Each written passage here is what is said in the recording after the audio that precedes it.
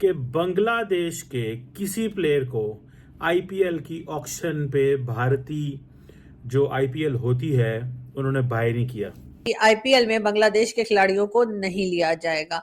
ये फैसला किया है ना सिर्फ ये कि पीएम मोदी ने, उनके साथ डॉक्टर जयशंकर, अमित शाह साहब और जितने भी लोग मोदी जी की गवर्नमेंट में प्रोमिनेंट जगह पर हैं, मिनिस्टर्स हैं या कुछ हैं, उन्होंने फैसला किया है। ये ऐसे ही हो गया?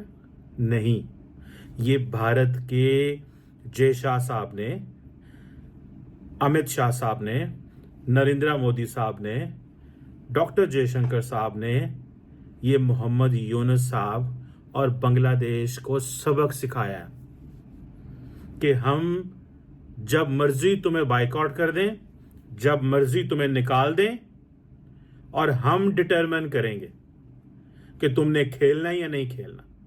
और अब आईपीएल में जैसे कि सभी जानते हैं कि अमित शाह जी के बेटे जो हैं वो जी आईपीएल या क्रिकेट बोर्ड के जो चेयरपर्सन है वही हैं, और इसीलिए कहा यह जा रहा है कि जी अब आईपीएल के लिए भी बांग्लादेश की जो टीम है उसको, उसमें से किसी भी खिलाड़ी को नहीं रखा जाएगा। यानी कि ये एक काफी बड़ा नुकसान जो है बांग्लादेश में हालत खराब हुई शेख हसीना और सरकार को लेकर। इंडिया और बांग्लादेश की सरकार के बीच में जो थोड़ी बहुत जो है प्रॉब्लम्स आई और वहां पर हिंदुओं के साथ जो हो रहा है उस चीज को लेकर बांग्लादेश के सारे प्लेयर जो है वो अंडरग्राउंड फैसले किए गए कि इनको उठाना नहीं है, इन सबको जो है अनसोल्ड जाना है। इस वजह से बांग्लादेश के सारे प्लेयर अनसोल्ड हो गए कि एक तरह से अब काफी स्ट्रिक्टली जो है वो भारत काम कर रहा है, और भारत इतनी आसानी से बांग्लादेश में जो कुछ हो रहा है मेरे ख्याल है उसको होता हुआ नहीं देखेगा, और कहीं ना कहीं हर जगह से ऐसा कुछ किया जाएगा जिससे कि बांग्लादेश को ये एहसास हो या बांग्लादेश की गवर्नमेंट को ये एहसास हो कि वो क्या गलत कर रहे हैं बांग्लादेश में रहने वाले हिंदू फैमिलीज के साथ। तो नमस्कार दोस्तों, स्वागत है आपका एक नए वीडियो में। दोस्तों वीडियो अच्छा लगे तो एक लाइक करना, कमेंट करना और शेयर करना, और जो भाई भी पहली बार है सब्सक्राइब करना।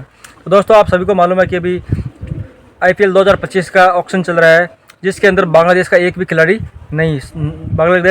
को शामिल नहीं किया गया, क्योंकि आपको मालूम है जो बांग्लादेश में जो हिंदुओं के खिलाफ जो भारत के जो हिंदू हैं उनके ऊपर जो अत्याचार हो रहा है, इसलिए भारत की सरकार ने एक बहुत बड़ा फैसला लिया है कि बांग्लादेश के खिलाड़ियों को एक को भी ऑक्शन में नहीं लिया जाएगा, जिसकी वजह से बांग्लादेश के खिलाड़ियों को बहुत बड़ा नुकसान झेलना पड़ा।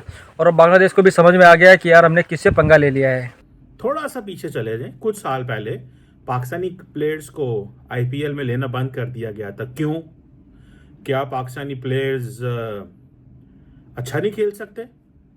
क्या अच्छे बैट्समैन नहीं है, अच्छे बॉलर नहीं है, अच्छी फील्डिंग नहीं करते, ग्लोबल रैंकिंग में नाम नहीं है? क्या वजह है? सिर्फ एक वजह है, India is using IPL as a tool for coercion.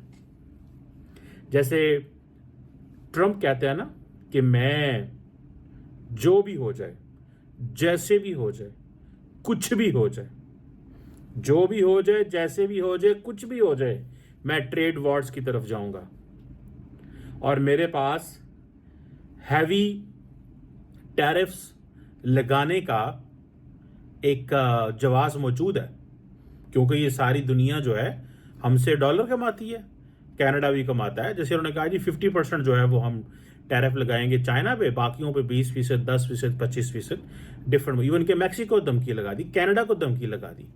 So it means they are using trade as an instrument to change the behaviours of other nations. Narendra Modi wants to use cricket as an instrument to change the behavior of Pakistan and now Bangladesh. अगर ये logic नहीं बनती तो मुझे बताएं।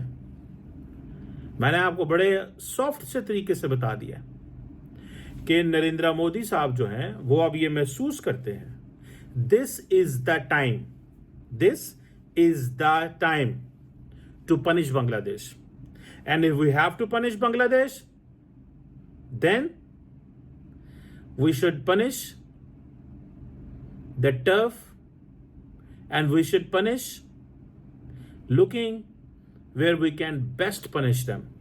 मिसाल के तौर पे थोड़े दिन पहले बांग्लादेश ने यह फैसला किया कि अदानी साहब के जो कॉन्ट्रैक्ट हैं उसमें इंटरनेशनल एक कंपनी को वो हायर कर रहे हैं और कह रहे हैं कि हम इसके बारे में थोड़ा सा जानने की कोशिश करते हैं कि ये कॉन्ट्रैक्ट कैसे हुए हैं, ये क्या हुआ है। ठीक है ना जी, ये कॉन्ट्रैक्ट कैसे हुए हैं, क्या हुआ है, ये उन्होंने कहा। समझ रहे हैं बात को? दैट इज समथिंग जो मुझे चीज जो है वो नजर आ रही है कि बांग्लादेश और इंडिया के बीच में एक अब वो जिसे कहते हैं ना, एक टसल, कोल्ड वॉर लफ्ज तो नहीं अच्छा लगेगा, एक बिहाइंड द सीन जो चीजें चल रही थी वो अब सामने आना शुरू हो गई हैं। जय शाह जो इस वक्त के क्रिकेट बोर्ड के चेयरपर्सन हैं, जय शाह को शायद उनके फादर अमित शाह साहब ने और साथ साथ मोदी जी के लोगों ने, खास मोदी जी वगैरह ने भी शायद यही कहा है कि बांग्लादेश से कोई खिलाड़ी ना रखा जाए, और ये यकीनन बांग्लादेश के लिए एक बहुत बड़ा नुकसान होगा, क्योंकि जाहिर है जैसे मैंने आपको बताया कि इसमें ना सिर्फ ये कि एक बहुत प्रोमिनेंट किस्म के एक बहुत बड़े इवेंट का वो हिस्सा बन रहे थे बांग्लादेश, बल्कि ये कि उसके जरिए जो है वो उनके खिलाड़ी जो है वो अच्छी खासी रकम भी कमाने के काबिल हो जाते थे, जो कि पाकिस्तान को भी ये नुकसान हो रहा है। पहले पाकिस्तान भी एक बहुत बड़े इवेंट का हिस्सा बन जाता था, आईपीएल यानी हमारा जो पीएसएल होता है। जाहिर है कि पाकिस्तान एक छोटी कंट्री है, मैं तो इस बात को मानती हूँ कि भारत के मुकाबले में पाकिस्तान एक छोटी कंट्री है, तो इसलिए हमें आईपीएल और पीएसएल का कोई मुकाबला नहीं है, किसी किस्म का कोई कंपैरिजन नहीं बनता।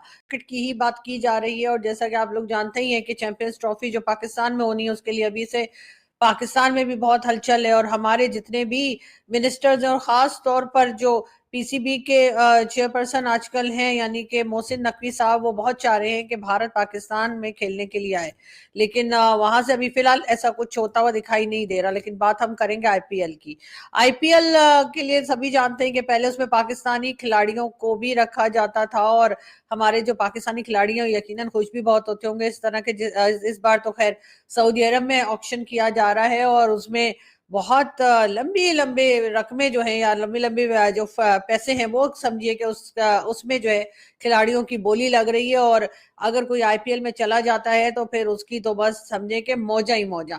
लेकिन फिर भी लोग कहते हैं कि जी आपका जो पीएसएल है उसकी तो ये बजट है, तो हमारे आईपीएल का वो बजट है, तो डेफिनेटली आपके आईपीएल का बजट जो है वो पीएसएल के बजट से बहुत ज्यादा होगा, क्योंकि पाकिस्तान एक छोटी सी कंट्री है। यहाँ पर जो हम एक लिमिटेड अपने बजट के अंदर जो काम करते हैं वो आपके यहाँ ऐसा नहीं। आपके यहाँ तो शाहरुख खान और प्रीति जिंटा और जूही चावला और न जाने कौन कौन से बड़े खिलाड़ी और बड़े फिल्म स्टार्स जो है उनकी टीम्स हैं। तो आप लोगों के यहाँ तो भाई ये बिलियन ऑफ डॉलर्स का गेम है, तो वो पाकिस्तान उधर तो बहरहाल नहीं पहुंच सकता। लेकिन हाँ ये जरूर था कि क्योंकि पाकिस्तान के खिलाड़ी या पाकिस्तान के जो क्रिकेटर्स हैं वो उसका हिस्सा बनते थे, तो इसलिए हमें कहीं ना कहीं फायदा था। एक तो पॉपुलैरिटी तो वैसे ही आ जाती है कि जी आप आईपीएल का हिस्सा हैं, तो वो खिलाड़ी जिनको लिया जाता था वो अपने आप में ही स्टार बन जाते थे कि जी देखिए इतना अच्छा खेलते हैं कि इनको आईपीएल तक में लिया गया है।